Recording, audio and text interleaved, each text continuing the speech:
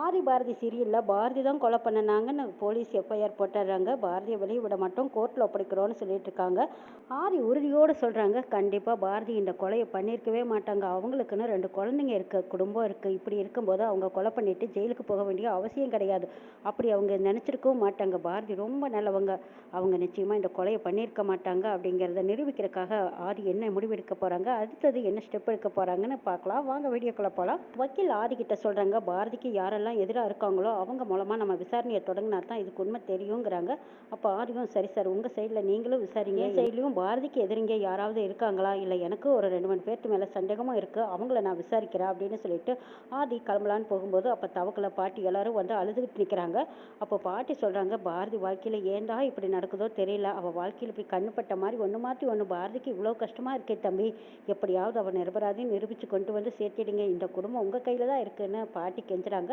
ஆதி சொல்கிறாங்க, பாட்டி என் குழந்தைங்கள நான் எக்காரணத்தை கொண்டு கைவிட மாட்டேன், கண்டிப்பாக பாரதி நிரபராதின்னு நான் நிரூபித்து கூட்டிகிட்டு வரத்தான் போகிறேன் பாருங்கங்கிறாங்க. அது உண்மையாக நடந்துட்டா தம்பி நல்லது அப்படின்னு சொல்கிறாங்க. வீட்டுக்கு வராங்க. மித்ரா, பவானி, சுதாகர் எல்லாரும் கொண்டாட்டத்தில் இருக்காங்க. எப்படியோ பாரதியை கொண்டு உள்ள தள்ளியாச்சு, இனிமேல் காலத்துக்கும் அவள் வெளி உலகத்தையே பார்க்கக்கூடாது. இப்படிப்பட்ட நேரத்தில் தான் மித்ரா, நீ தான் உஷாராக இருந்து ஆதியை கல்யாணம் பண்ணிக்கணும், ஆதியை கல்யாணம் பண்ணிக்கிட்டு அடுத்தது நம்ம போட்ட பிளான் படி ஆதியை காலி பண்ணிவிட்டு அவனோட சொத்தையெல்லாம் என் பேருக்கு நான் மாற்றிக்க போகிறேங்கிறாங்க பவானி. மேடம், நீங்கள் சொல்கிற மாதிரியே எல்லாம் சரியாக நடந்துட்டு வந்தால் எங்களுக்கும் சந்தோஷம் தாங்கிறாங்க மித்ராவும் சுதாகரும். பாரதி கேஸில் மாட்டிக்கிட்ட விஷயம் இன்னும் ஆதிக்கு தெரியாது போல இருக்குது, தெரிஞ்சிருந்தா இந்நேரம் தாம் தூம்னு குதிச்சிருப்பாரு. ஆனால் அவருக்கு இன்னும் தெரியாதனால ரொம்ப நல்லதாக போச்சு, வந்ததுக்கப்புறம் தெரிஞ்சோ தெரியாத மாதிரி இருந்துக்கலாமான்னு கேட்கும்போது அப்போ பவானி சொல்கிறாங்க, நடந்தது என்னவோ அப்படியே ஆதிக்கிட்ட மறைக்காமல் சொல்லு, அவனுக்கு நம்பிக்கை இருக்கிற மாதிரி நடி, அப்போ தான் அவன் நம்புவான்னு சொல்லும்போது அப்போ மித்ராவும் சரி நான் சொல்லிடுறேன் அப்படின்ட்டு இருக்காங்க. அங்கே ஆதி வந்ததுமே மித்ரான்னு கூப்பிட்டுட்டு வராங்க. மித்ரா வந்ததும், என்ன ஆதி ஏன் இவ்வளோ பதட்டமாக வந்திருக்கீங்கன்னு கேட்குறாங்க. அடடா, ஒன்றும் தெரியாத கள்ளி, எதுவுமே நடக்காத மாதிரி பேசுகிறா பாரு அப்படின்னு பாட்டியும் தவக்களையும் பேசிகிட்டு இருக்கும்போது அப்போ ஆதி கேட்குறாங்க, ஆமாம் பாரதி என்னாச்சு அப்படின்னு கேட்கும் தான் அப்போ மித்ரா சொல்கிறாங்க, பாரதி துறையை கொலை பண்ணிட்டு தான் வந்து போலீஸ் அரெஸ்ட் பண்ணி கூட்டிகிட்டு போயிட்டாங்க ஆதி, நான் உங்ககிட்ட சொல்லலான்னு நினச்சேன், நீங்களே தெரிஞ்சு வந்துட்டீங்க போல இருக்கு, உங்களுக்கும் தெரியுமான்னு கேட்குறாங்க. எனக்கு தெரியும், அதுக்கு முன்னாடி உங்ககிட்ட நான் ஒரு கேள்வி கேட்கணுங்கிறாங்க. என்ன ஆதி ஏன் இப்படியெல்லாம் கேள்வி கேட்குறீங்க, பாரதிக்கும் துரைக்கும் என்ன பிரச்சனைன்னு எனக்கு தெரியாது, பாரதி தான் கொலை பண்ணிட்டாங்கன்னு போலீஸ் வந்து அரெஸ்ட் பண்ணிட்டு போயிட்டாங்க, என்கிட்ட கேட்குறக்கு என்ன இருக்குங்கிறாங்க மித்ரா. இல்லை, கேட்குறக்கு நிறைய இருக்குது, நான் கேட்குற கேள்விக்கு நீ பதில் சொல்ல, அடுத்ததான் நீ கேட்குற கேள்விக்கு நான் பதில் சொல்கிறேன்னு சொல்கிறாரு ஆதி. சரி கேளுங்க, எனக்கு தெரிஞ்சதை சொல்கிறேங்கிறாங்க மித்ரா. அப்போ பவானியும் ஏகாம்பரமும் ஒன்றுமே தெரியாத மாதிரி நின்றுட்டு இருக்காங்க. மித்ரா கிட்ட ஆதி கேட்குறாங்க, நீ துரை எப்போ கடைசியாக பார்த்தேன்னு கேட்குறாங்க. எனக்கு அவ்வளோவா சரியாக ஞாபகம் இல்லை, அவன் நம்ம ஆஃபீஸில் வேலை பார்த்தான், ஜெயிலுக்கு பிடிச்சிட்டு போனதுக்கப்புறம் நான் பார்த்த ஞாபகமே எனக்கு இல்லைங்கிறாங்க. சுதாகரும் அதே பதிலை சொல்கிறாரு. சொல்ல போனால் நான் துரையவே மறந்துட்டேன்னு சொல்லிடுறாங்க சுதாகர். பவானி ஆதி கிட்ட, பாரதி யாரோ எவரோ, அவங்க நம்ம ஆஃபீஸில் வேலை பார்க்குறவங்க, அவங்களுக்கு ஒரு பிரச்சனைனா நாம ஏன் இந்த அளவுக்கு தலையிடணும்னு கேட்குறாங்க. இல்லை சித்தி, அவங்க என்னதான் ஆஃபீஸில் வேலை பார்த்தாலும் அவங்களும் நம்ம குடும்பத்தில் ஒருத்தராக தான் இருந்துட்டு இருக்காங்க.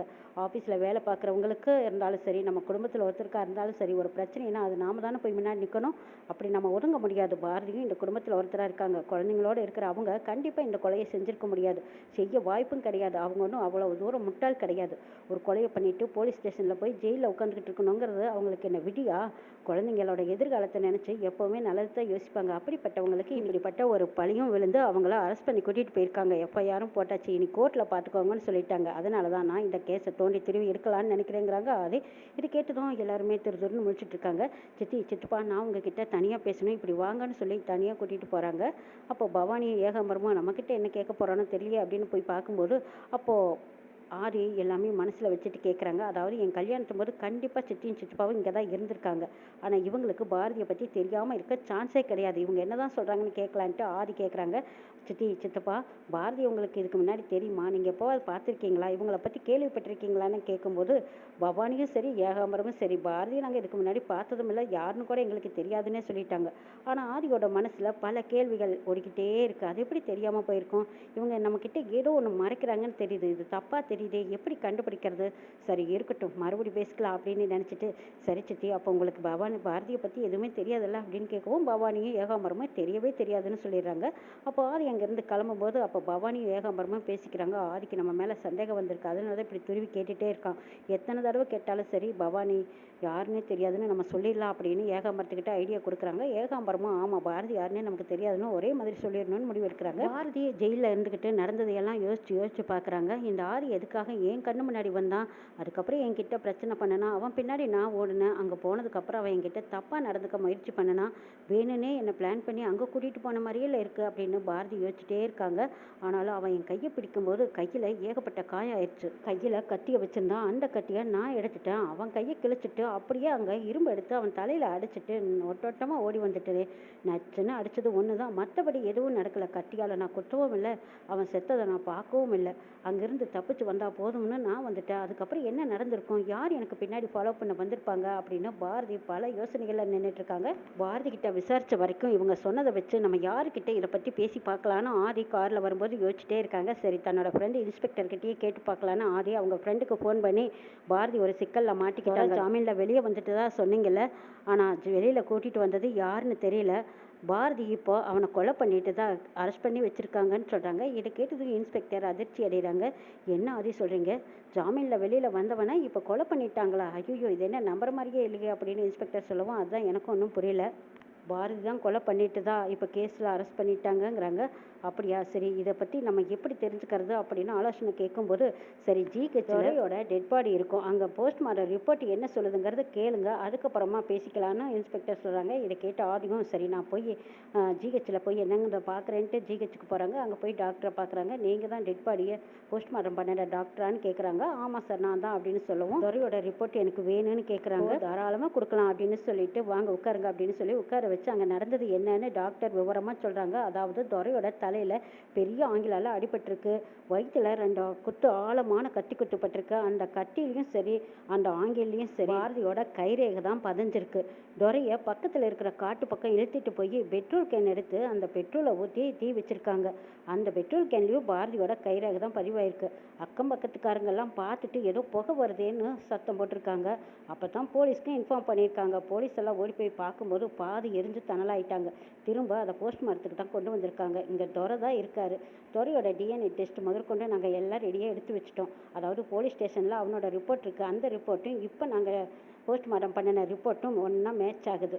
அவர் இறந்ததுக்கு காரணம் பாரதி தாங்கிறது அவங்க கைரேகையை வச்சு நாங்கள் முடிவு பண்ணிட்டோன்னு சொல்கிறாங்க. இதை கேட்டதும் ஆதி என்ன செய்யறதுனே புரியாமல் இவ்வளோ ஸ்ட்ராங்காக போய் பாரதி மாட்டிக்கிட்டாங்களேன்னு தவிச்சிட்டு இருக்காங்க. ஆதியும் டாக்டரும் பேசிகிட்டு இருக்கிறத அங்கே வேலை பார்க்குற ஒரு பாய் ஒருத்தர் ஃபோட்டோ எடுத்துகிட்டு இருக்காங்க. அவங்க ஃப்ரெண்டுக்கு அனுப்புகிறாங்க. அந்த ஃபோட்டோவை இன்னும் 2 ரவுடிங்க பார்த்துட்டு என்னடா இது ஆதி டாக்டர்கிட்ட பேசிகிட்டு இருக்கான், இது உடனே நம்ம பவானி அம்மாவுக்கு அனுப்பணும்னு சொல்லி பவானிக்கு அனுப்புகிறாங்க. அந்த ஃபோட்டோவை பார்த்ததும் பவானியும் ஏகாம்பரமும் பார்த்தீங்களா எங்கே போய் விசாரிச்சுருக்கான்னு இந்த கேஸை ரொம்ப ஆழமாக தோண்டி துருவி எடுப்பான் போல இருக்குங்கிறாங்க. ஆமாம், பாரதி பொண்டாட்டியாச்சே, தானாடாட்டும் தன் தசியாடுன்னு சொல்லுவாங்களே, அதே மாதிரி தான் பொண்டாட்டியை காப்பதற்காக உயிரை கொடுத்து பாடுபடுவான் போல இருக்கு. ஆனால் என்ன தான் அவன் எங்கெங்கே விசாரித்தாலும் பாரதி தான் இந்த கொலையை பண்ணியிருக்கான்னு அவள் காலத்துக்கும் வெளியே வர முடியாத அளவுக்கு அவளை உள்ள தள்ளியே ஆகணும்னு பவானி சொல்லிக்கிட்டு இருக்காங்க. இதை கேட்டு ஏகாம்பரமும், பவானி நீ கரெக்டான நேரத்தில் கரெக்டாக ஸ்கெட்ச் போட்டு இந்த துறையும் வெளியே எடுத்து பாரதி மேலே இப்படி ஒரு பழியை தூக்கி போட்டிருக்க, இது நமக்கு எவ்வளோ சௌகரியமாக இருக்குது.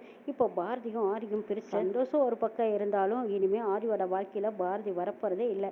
ஆதிக்கும் பழைய நினைவுகள் திரும்ப போகிறதும் இல்லை. ஆதிக்கு நீ வேறு வழியே இல்லை, மித்ராவை கல்யாணம் பண்ணிக்கிட்டு நாம் சொல்கிறபடி ஆடித்தான் ஆகணும், வேறு வழி இல்லை அப்படின்னு இவங்க 2 பேரும் திட்டம் போட்டு பேசிகிட்டு இருக்காங்க. ஆதியோட சந்தேகம் இன்னும் வலுவாக கூடுது. இவ்வளவு நாள் வராத சித்தியும் சித்தப்பாவும் எப்படி திருதுப்புன்னு வந்திருக்காங்க அப்படின்னு யோசிச்சுட்டே வராங்க. அப்போ லண்டன் பாட்டி சொல்கிறாங்க, நீங்கள் தாய் தகப்பனா வந்து நின்று ஆதிக்கும் மித்ராவுக்கும் நல்லபடியாக கல்யாணத்தை முடிச்சு கொடுத்துட்டு போங்க. பாரதினால தான் இந்த வீட்டில் பல பிரச்சனைகள் ஓடிக்கிட்டே இருந்தது. எப்படியோ ஒரு வழியாக பாரதியை போலீஸ் அரெஸ்ட் பண்ணி கூட்டிகிட்டு போயிட்டாங்க. பாரதி இனிமேல் திரும்ப இந்த வீட்டுக்குள்ளே வர சான்ஸே கிடையாது. இனிமேல் இந்த குடும்பத்தில் எந்த பிரச்சனையும் இல்லைன்னு நான் நினைக்கிறேன். மித்ராவுக்கும் ஆதிக்கும் நடக்க போகிற கல்யாணத்தில் இனிமேல் எந்த சிக்கலோ பிரச்சனையோ இனிமேல் வரவே வராது அப்படின்னு அந்த லண்டன் பாட்டி சொல்லிட்டு பவானிகிட்டையும் ஏகாம்பரத்துக்கிட்டையும் எப்படியே என் பேட்டிக்கும் ஆதிக்கும் நல்லபடியாக கல்யாணத்தை முடிச்சு வைங்க. உறவுகள் யாருமே இல்லையேன்னு நானும் வருத்தப்பட்டுட்டு இருந்தேன். ஆனால் தாய் தகப்பனா வந்து நீங்கள் முன்னாடி நிற்கிறது எங்களுக்கு எவ்வளவு சந்தோஷமாக இருக்குது தெரியுமா. அடுத்த கட்டம் நம்ம இனி ஆதிக்கும் மித்ராவுக்கும் கல்யாண வேலையை பார்க்க வேண்டியதான்னு சொல்லிட்டு இருக்காங்க. அங்கே ஆதி வந்ததும் கல்யாணத்தை பற்றி பேசுகிறாங்க. அப்போ ஆதி சொல்கிறாங்க, பாரதியை வெளியே கொண்டு வராதுக்கு முன்னாடி கல்யாணத்தை பற்றி இந்த வீட்டில் யாரும் எதுவும் பேசாதீங்கன்னு சொல்கிறாங்க. லண்டன் பாட்டி கேட்குறாங்க, என்ன ஆதி இப்படி சொல்லிக்கிட்டு இருக்கீங்க தம்பி, உங்கள் சித்தி சித்தப்பா வந்திருக்காங்க, ஒரு நல்லது நடக்கணும் பார்க்கணும், நல்ல விசேஷம் பண்ணி பார்க்கணுன்னு தானே அவங்க அவ்வளோ தூரத்துலேருந்து வந்திருக்காங்க.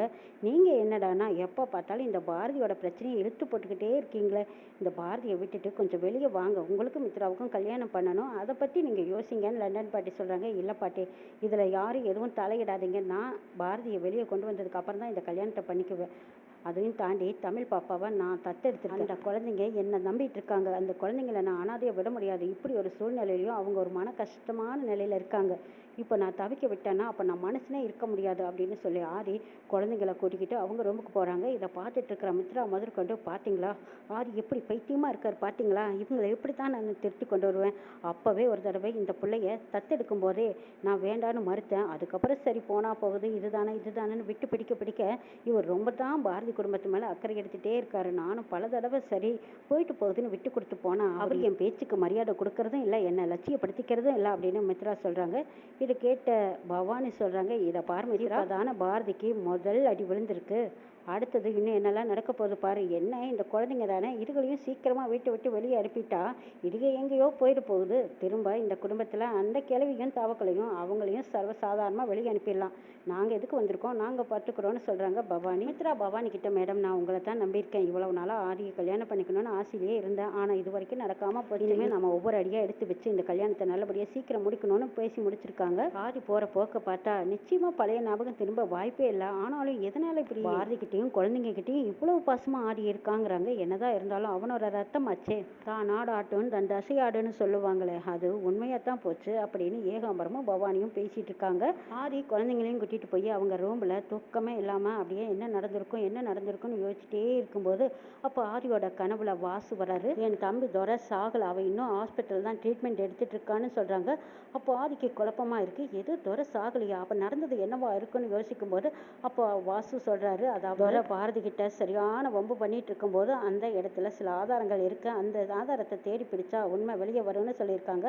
அடுத்த நாள் காலையில் ஆதி எந்த இடத்துல துரை பாரதி 2 பேரும் சண்டை போட்டுட்டு கத்தியால் குத்திக்கிட்டாங்கன்னு சொன்னாங்களோ அதே இடத்துக்கு ஆடி போயிருக்காங்க. அங்கே சில தடயங்களோ ஆதாரங்களும் கிடைச்சிருக்கு. ஆதாரங்கள் சில எடுத்துக்கிட்டு துரையை யார் ஜாமீனில் வெளியே எடுத்தாங்கிற விவரத்தை தெரிஞ்சுக்கிறதுக்காக போலீஸ் ஸ்டேஷன் போயிருக்காங்க. அங்கே சிசிடிவி கேமரா மூலமாக அந்த ஃபுட்டேஜில் பவானி, ஏகாம்பரம், மித்ரா, சுதாகர் எல்லாருமே அந்த போலீஸ் ஸ்டேஷனுக்கு அதே நாள் அதே டைமில் அங்கே போனதை பார்த்த ஆதி அந்த ஃபுட்டேஜை மட்டும் அவங்க செல்லில் வீடியோவாக எடுத்துகிட்டு வந்து பவானிக்கிட்டையும் மித்ராக்கிட்டையும் காட்டுறாங்க. அதுக்கப்புறம் என்னெல்லாம் நடக்க போகுதுங்கிறதை நாளைக்கு சொல்ல பார்க்கலாம்.